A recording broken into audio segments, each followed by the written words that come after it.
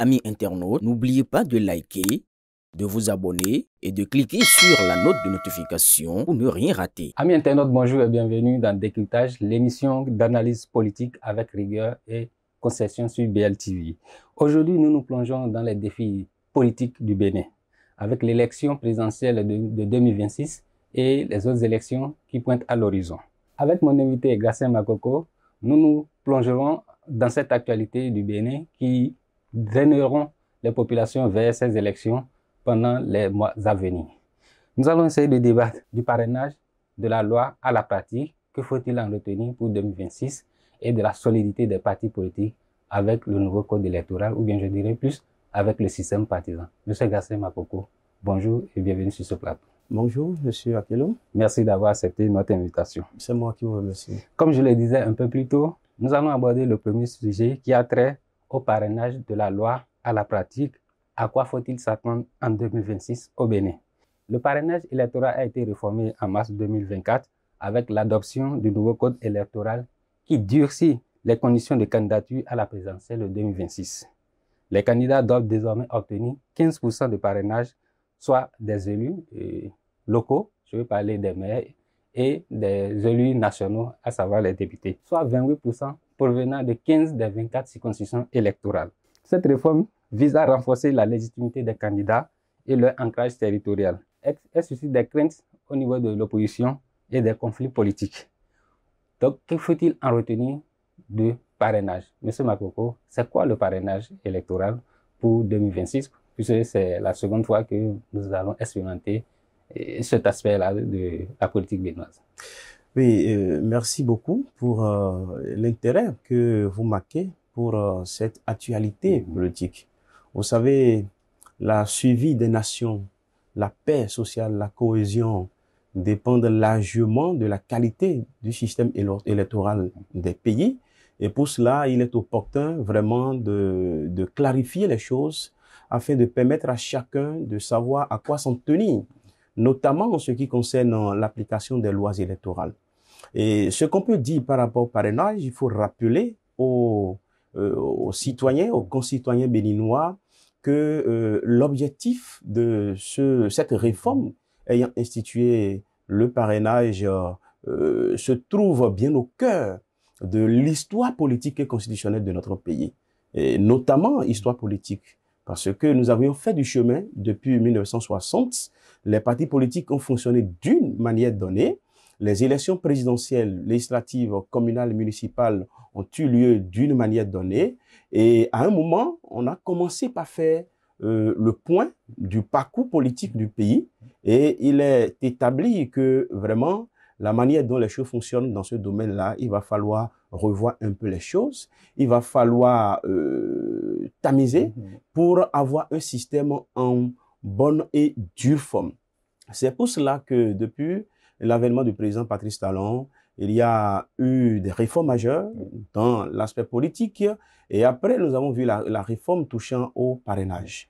Et le parrainage, il faut déjà dire que c'est une caution que les citoyens ou les élus, d'accord, les électeurs ou les élus, accordent, d'accord, à un candidat, celui qui veut se porter candidat à une élection nationale pour témoigner de la représentativité de ce candidat-là dans le pays. Et quand nous prenons notamment la question du parrainage, il y a des États qui sont un peu en avance, d'accord, par rapport au Bénin et toujours encore en Afrique ici, puisque quand vous prenez un État comme le Sénégal, c'est depuis 1963 que le Sénégal parlait du parrainage. Parce que c'est le filtrage qu'il faut faire pour ne pas que le paysage politique, les élections puissent ressembler à une sorte de théâtralisation, à des choses qui ne sont pas tellement objectives. Un État comme le Sénégal a pensé le système de parrainage depuis 63. Et qui vous souviennent qu'en 63, le Bénin était en train de vivre son tout premier coup d'État, orchestré par le général Christophe Soglo. Mais en ce moment, il y avait une réforme constitutionnelle qui est intervenue au Sénégal pour instituer, d'accord, le parrainage. Et quelques temps après, d'accord, vous allez voir 4 ans après, en 67, le système, la manière dont le parrainage a été organisé au Sénégal, cette manière a été revue en 67 et la manière de 67 a été revue encore en 91. En 2001, ça a été revu. En 2018, ça a encore été revu. De sorte que nous assistions aujourd'hui au Sénégal à un parrainage citoyen et non un parrainage des élus. D'accord? Ouais. C'est pour dire simplement que chaque État est à la recherche du modèle politique mieux indiqué pour lui permettre quand même de satisfaire les conditions, d'accord, des populations et de préserver la paix. Parce que, je disais et je le répète, la question de la paix, la préservation de la paix est largement tributaire à la qualité du système électoral des pays. Donc, c'est dans cet ordre d'idée que le système de parrainage a été institué chez nous. C'est vrai, on l'a expérimenté en 2021, mais l'espèce de 2021, on peut dire qu'il s'agissait d'un match entre griffes amical parce que on a constaté que les candidats de l'opposition n'ont pas pu remplir les conditions pour nous permettre de bien jauger ce système nouveau qui a été instauré dans le pays. Mais 2026 est une année électorale qui va nous permettre de vraiment apprécier, d'accord, la qualité et la performance de ce système de parrainage-là. Maintenant, ce à quoi doit s'en tenir, la Sénat, en tant qu'institution publique, a déjà joué sa partition. On a vu la fois dernière beaucoup de députés, beaucoup d'élus qui ont été entretenus par la Commission électorale nationale autonome sur le mécanisme de mise en œuvre de ce système de parrainage-là. Justement, M. Makoko, je voulais revenir sur cet aspect de la Sénat que vous avez abordé, parce que ça suscite beaucoup de polémiques. Les gens n'arrivent pas à comprendre pourquoi c'est la Sénat qui monte au créneau, je dirais oui, pour expliquer cette loi-là de parrainage, alors que ce sont les députés qui ont voté cette loi-là. En quoi cela... Est-ce que ça ne paraît pas un peu bizarre, le fait que ça soit la Sénat, alors que vous qui avez voté, je vais parler des députés, ils sont censés maîtriser cette loi-là quand même? Non, mais moi, je vais dire qu'il s'agit d'un faux débat. Oui. Excusez-moi le thème, ou peut-être une démarche politique de recherche de cerise ou de cheveux sur la tête du chauve. Parce que quand vous prenez la Constitution du Bénin et vous voyez les prérogatives de l'Assemblée nationale, l'interprétation des lois ne relève pas du rôle du député. C'est vrai que c'est le député qui a voté la loi, d'accord? C'est vrai que le député est appelé à comprendre les thèmes de la loi avant, bien sûr, de la voter, mais il n'appartient pas, d'accord, au député de procéder à l'interprétation. L'interprète authentique de la loi, c'est le juge. Mais la Sénat s'est dit, il ne faudrait pas que l'on puisse maintenir le silence et que, après les élections, lorsqu'il va s'agir pour la Sénat d'appliquer le code électoral, la charte des partis politiques, comme elle entend, parce que la manière dont la Sénat va comprendre la loi, d'accord, ça peut ne pas être de cette même manière que les parties prenantes aux élections vont l'appréhender. Pour cela, au lieu d'attendre que un conflit soit élevé, un contentieux soit élevé devant le juge, la Sénat est dans une démarche d'anticipation. Pour présenter aux parties prenantes, c'est une démarche de bonne foi. Pour dire, en réalité, ce n'est ni l'Assemblée nationale ni la Sénat qui ont pour mission d'interpréter la loi. Mais cette institution électorale est dans une démarche d'anticipation pour dire, c'est moi qui est appelé à appliquer la loi, à mettre la loi en œuvre sur le terrain électoral, d'accord? Venez pour que je vous explique ce que moi je comprends de la loi.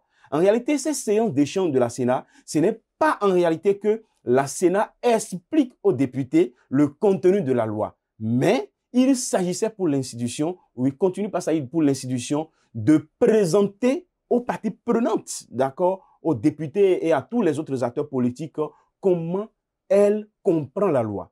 Et lorsque la Sénat explique ou décline sa compréhension de la loi aux parties prenantes, c'est à elle de voir si c'est de cette manière-là qu'on doit entrevoir les choses de manière unanime ou si éventuellement il y a des zones d'ombre, ils vont peut-être saisir le juge dans une démarche d'anticipation afin que tout le monde puisse s'entendre sur les règles du jeu. Donc, dit que non, nous sommes dans une démocratie, que les députés votent la loi et que c'est plutôt la Sénat qui les explique, c'est en réalité pour montrer que nos parlementaires ne comprennent rien de la loi. Je pense que c'est une insulte et ce n'est pas du tout bon. Je voudrais demander aux compatriotes que la démarche de la Sénat, ce n'est pas que les députés n'ont pas compris le contenu des textes de loi et que c'est la Sénat qui amène la meilleure interprétation. Je vous ai expliqué simplement qu'il s'agit d'une démarche de bonne foi et surtout d'anticipation, d'accord, qui est considérée pour la Sénat de présenter aux parties prenantes sa compréhension des textes afin que s'il y a des choses à niveler, on puisse procéder à cela avant la période fatidique électorale. Monsieur Bakoko, nous allons continuer avec l'application du parrainage, puisque vous avez eu à expliquer la loi. Maintenant, est-ce que, compte tenu du nombre de parrains que nous avons, 109 du côté de l'Assemblée nationale et 77 du côté des maires, est-ce que l'opposition ne va pas se sentir marginalisée? Parce que si je prends l'opposition, par exemple, le Parti Les Démocrates, ils n'ont que 28 députés. Bon, on prend la FCBE qui ont quelques maires, alors que le reste du gros lot, c'est du côté de la mouvance. Je voudrais dire que marginalisation, la loi ne marginalise personne. Mais une loi qu'on vote déjà et a déjà piétine certains. Non, vous savez, je voudrais quand même qu'on ait le courage d'admettre que ce qu'on appelle loi, c'est un ensemble de dispositions à caractère général et impersonnel. Ça voudra dire qu'a priori, la loi n'a pas de coloration politique.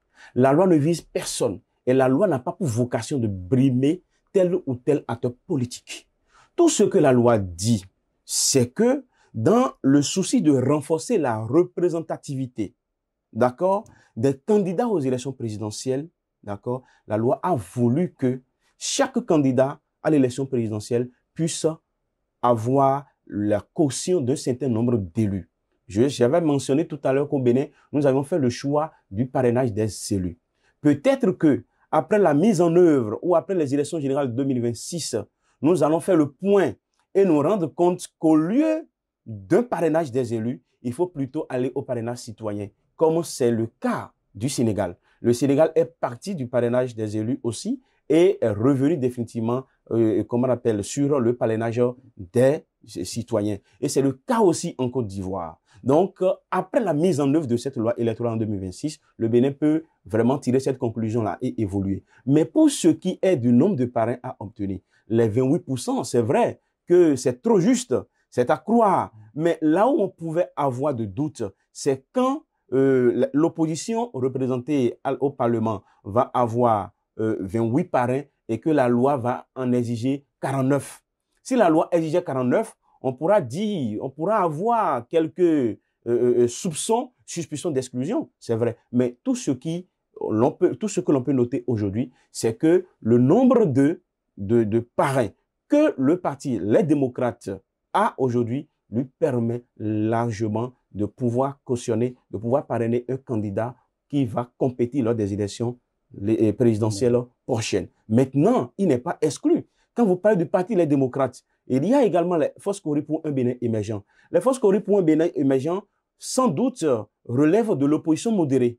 D'accord? Mais il n'est pas exclu que le FCBE puisse accorder le parrainage au candidat qui va être désigné par le parti Les Démocrates.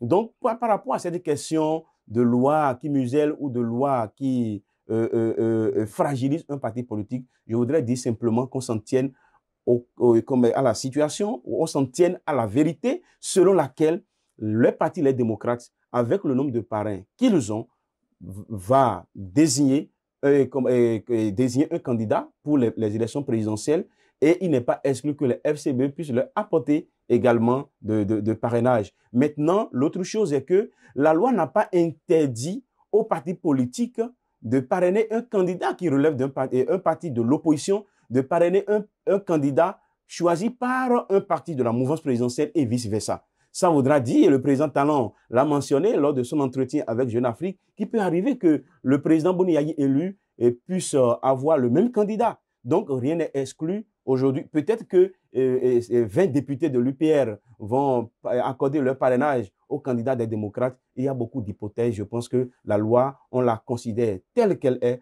à savoir ensemble de dispositions à caractère impersonnel, bien sûr, et général. Et au niveau de la délivrance des fiches de parrainage, est-ce que le processus est réellement sécurisé? Est-ce qu'il n'y a plus de crainte du côté de l'opposition en disant qu'il se peut qu'elle soit marginalisée ou bien que ça ne soit pas clair, ce processus d'attribution de Non, des fiches? lorsque vous lisez un peu le code électoral, vous allez voir que ce code a vraiment sécurisé les parrainages, de sorte qu'il est pratiquement impossible. D'accord, je dis pratiquement, parce que on ne peut pas vraiment jurer, d'accord, dans l'absolu. Le code électoral a tellement verrouillé les choses, de sorte qu'aujourd'hui, il n'est pas possible pour un parrain du parti Les Démocrates, d'accord, de ne pas suivre le mouvement d'ensemble. D'accord, il n'est pas possible.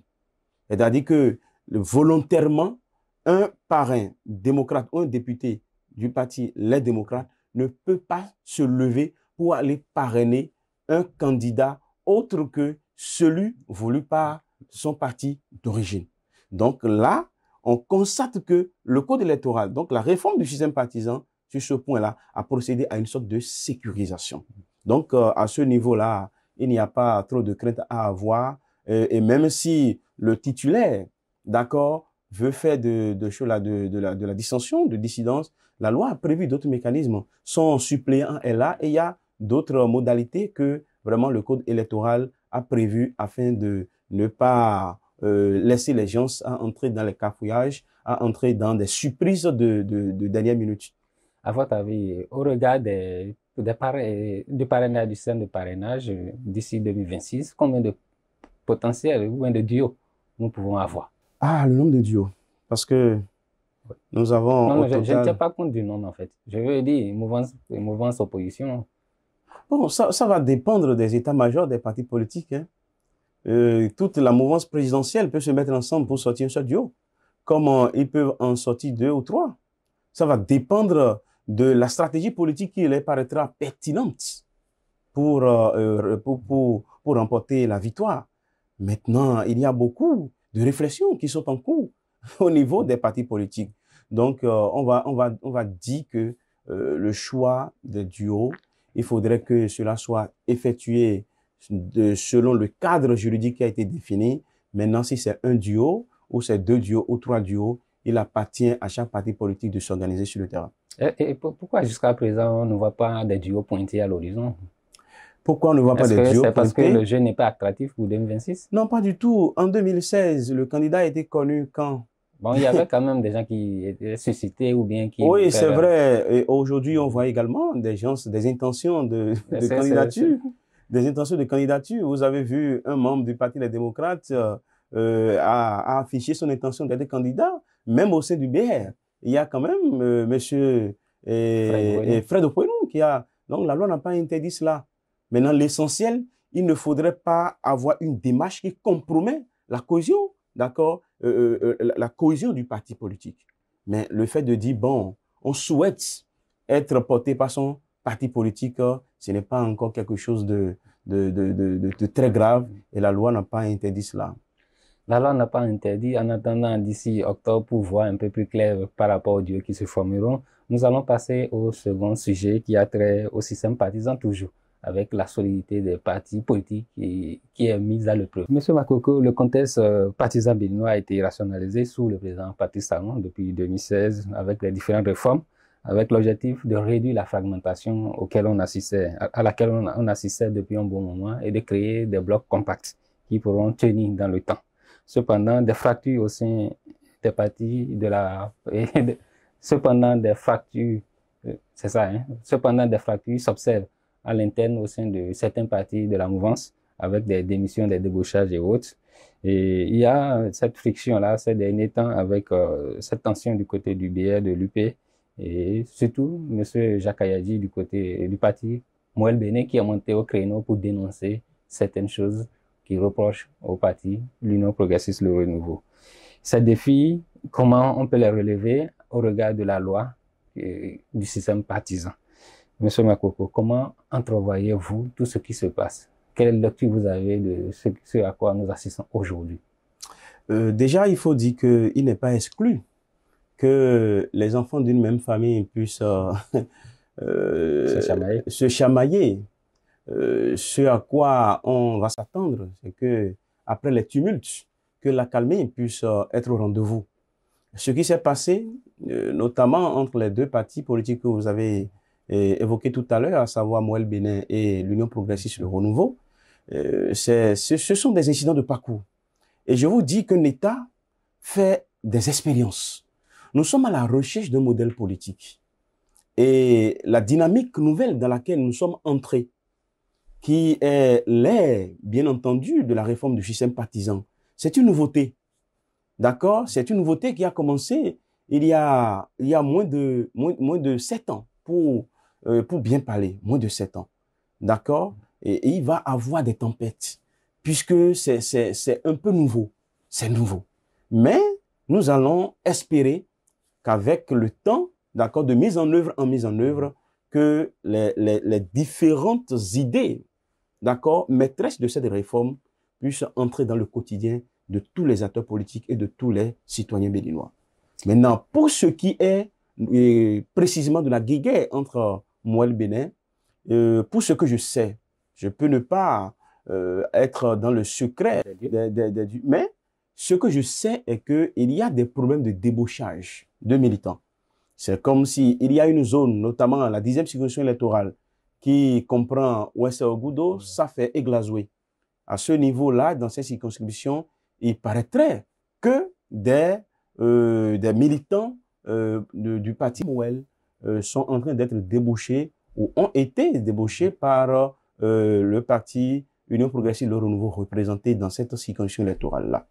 À supposer que c'est vrai, d'accord, est-ce que la loi, la réforme du système partisan, allait aborder ces aspects? Parce que quand vous observez un peu la loi, d'accord, dans son ensemble, et on a l'impression que cette réforme qui est salutaire et qu'on encourage, d'accord, que l'œuvre humaine n'étant pas parfaite, comporte encore quelques insuffisances. Et les insuffisances ont besoin d'être corrigées. Mais pour les corriger, il faut qu'elles soient exposées au grand jour. Donc, ce qui se passe entre Moël Bénin et UPR, ce ne sont pas des choses qu'on devrait souhaiter, notamment pour la cohésion de la majorité présidentielle, mais pour le bonheur du système dans son ensemble, pour les nécessités d'amélioration, d'accord, les nécessités de recherche fructueuse du meilleur modèle politique pour le pays. Je pense que ce sont des occasions qui vont mettre à nu les quelques insuffisances de la réforme actuelle et qui vont permettre de davantage améliorer les choses. Je vous donne un exemple. Lorsque vous lisez les statuts du parti Moël Bénin, l'article 10 a mentionné clairement que 6 mois avant les élections nationales, il n'est pas possible pour un militant de ce parti de démissionner. D'accord? Ils sont conscients de ça, ceux qui sont les militants. Mais c'est à supposer, oui. Puisque avant d'adhérer à un parti politique, il faut tout au moins prendre connaissance. Il y a un contrat. Et le contrat, l'un des éléments, l'un des devoirs de chaque militant à l'intérieur d'un parti politique, de toute organisation, c'est bien entendu le respect scrupuleux des tests. Et je vous dis que ces statuts du parti Le Moël Bénin interdisent les démissions. Et nous savons tous dans le pays que les démissions de dernière minute, notamment de veille des élections, sont pour la plupart du temps des démissions opportunistes. D'accord? Et pour cela, on aurait souhaité que la réforme du système partisan, qui dans son esprit veut lutter contre l'opportunisme en politique, d'accord, ait abordé cet aspect-là et d'empêcher les gens de démissionner. C'est vrai que ça pose un problème de droit au final, puisque c'est heureux de mentionner d'une part que le parti Moël Bénin, au niveau de son statut, a interdit les démissions 6 mois avant les échéances, d'accord? Si vous allez à ce contrat, d'accord, en tant que militant, ça s'impose à vous.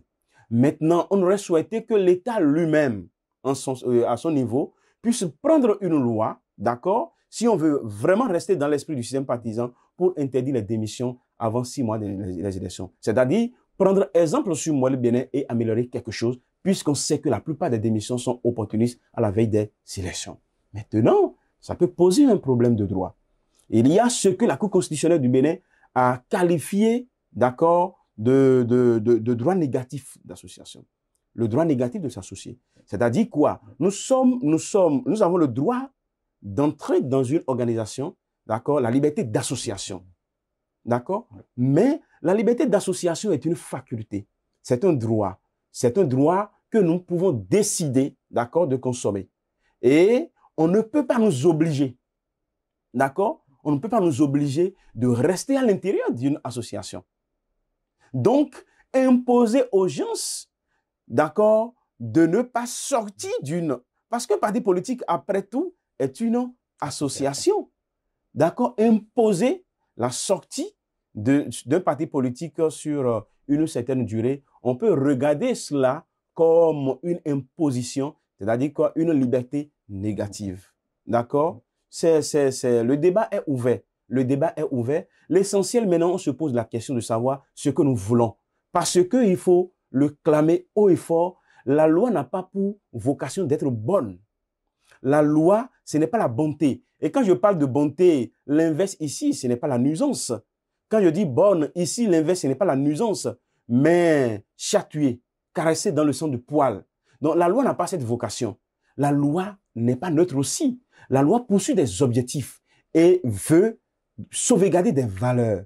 Maintenant, si au plan national, on souhaite ou on constate, il est établi, d'accord, à la suite de l'expérience ou des études scientifiques, que les démissions de dernière minute des veilles des élections sont des démissions opportunistes et que l'État, au niveau du Parlement notamment, veut corriger cela parce que ça a de l'impact négatif sur le système électoral. L'État peut décider d'aller à là.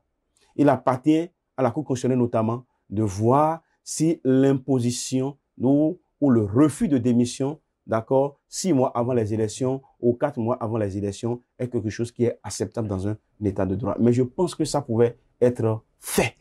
Aller à l'école de Moël Bénin, moi je dirais 1 an même avant les élections parce que ça va permettre aux gens de plus s'accorder par rapport aux réalités du parti auquel ils appartiennent.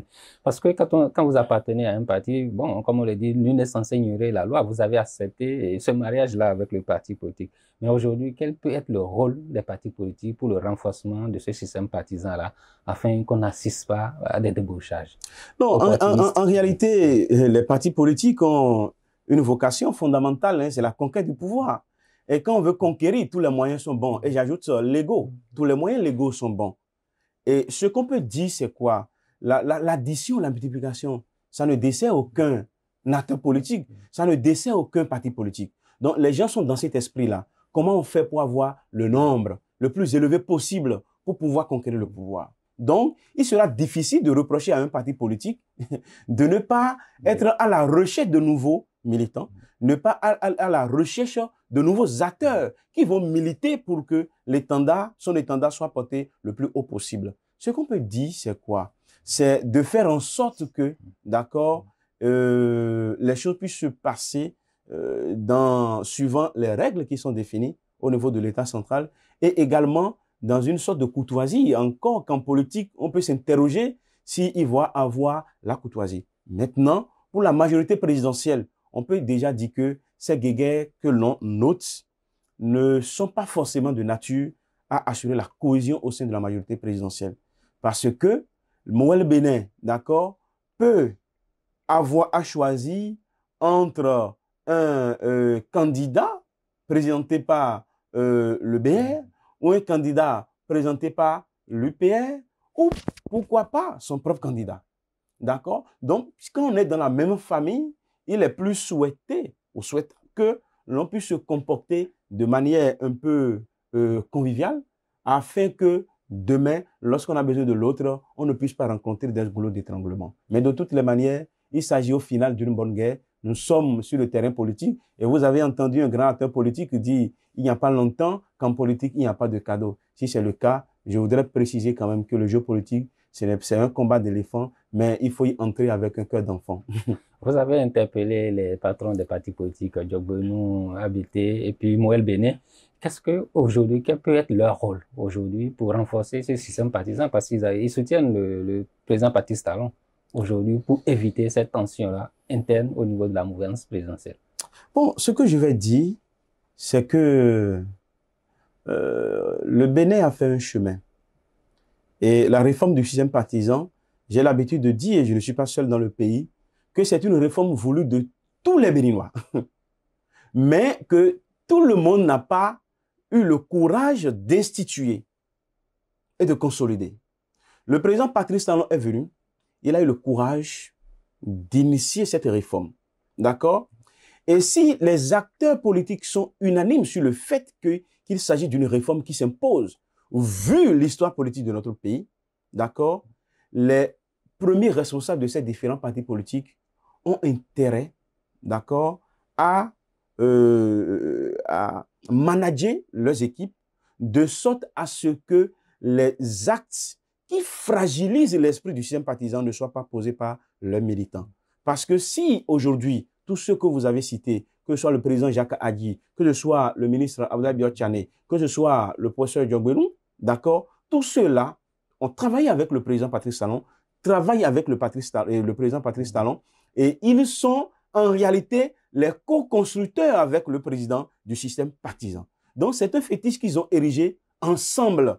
Donc, si ils ne posent pas les actes qu'il faut et que le fétiche se retrouve à être nu dans la place publique, c'est qu'en réalité, ça va leur être reproché et l'histoire ne va pas retenir qu'ils ont joué un rôle déterminant. Ce qu'on peut souhaiter, c'est que ces acteurs, je suis sûr qu'ils sont conscients de leur rôle, d'accord, mais le souhait en tant que citoyen qu'on leur adresse en termes de doléances, c'est bien entendu qu'ils jouent leur partition, qu'ils disciplinent.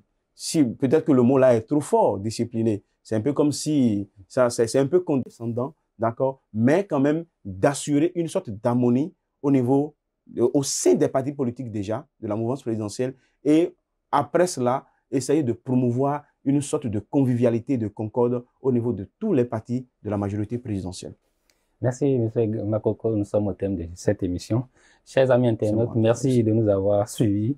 Aujourd'hui, nous avons exploré les enjeux politiques du parrainage électoral et les défis de la solidité des partis politiques au Bénin. Avec l'expertise du juriste Gratien Makoko, nous avons mis en lumière les tensions entre réformes ambitieuses et réalités politiques. Restez engagés et à la prochaine pour de nouvelles analyses. À bientôt.